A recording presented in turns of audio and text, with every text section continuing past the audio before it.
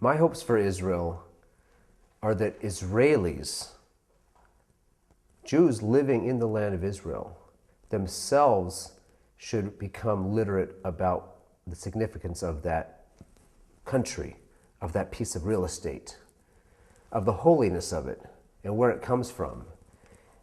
Israelis should learn what Israel is beyond simply a Jewish state or a democracy. The stories, the traditions, the mystical significance of every inch of the Holy Land.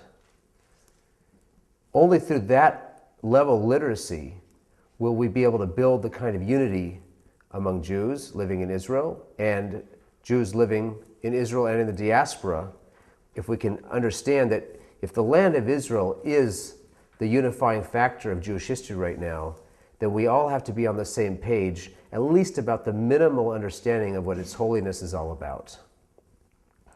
Israel is not simply a historical place for us. And if we look at the sources, the Torah does not say the land of Israel belongs to the Jews. In fact, it says the opposite.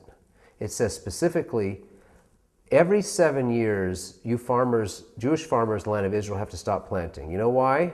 So that you should never think that you have some divine right to the land. I, God, always own the land. I'm giving you permission to live there. But it still belongs to me. We need to wake up every day, whether you're living in Israel, living in America, or somewhere else, understanding that our ability to be there is a gift. We have to wake up every day. Not only is my life a gift, my eyes, my ears, my breath is a gift, the land of Israel is a gift. Never take it for granted.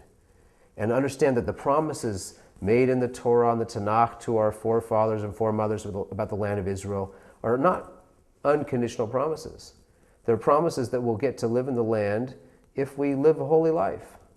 Now, the word holy may mean something different to you than it does to me, but we can at least agree on the common denominator that we have to create a state, a country that has some aspect of holiness to it, where relationships are nurtured, where some of the negative things we see in the land of Israel today, in the state of Israel, that those are not ideal, and that we need to work together to overcome those. So we create a place that is a real role model for the rest of the world. This is how people from disparate cultures and values can come together and create harmony.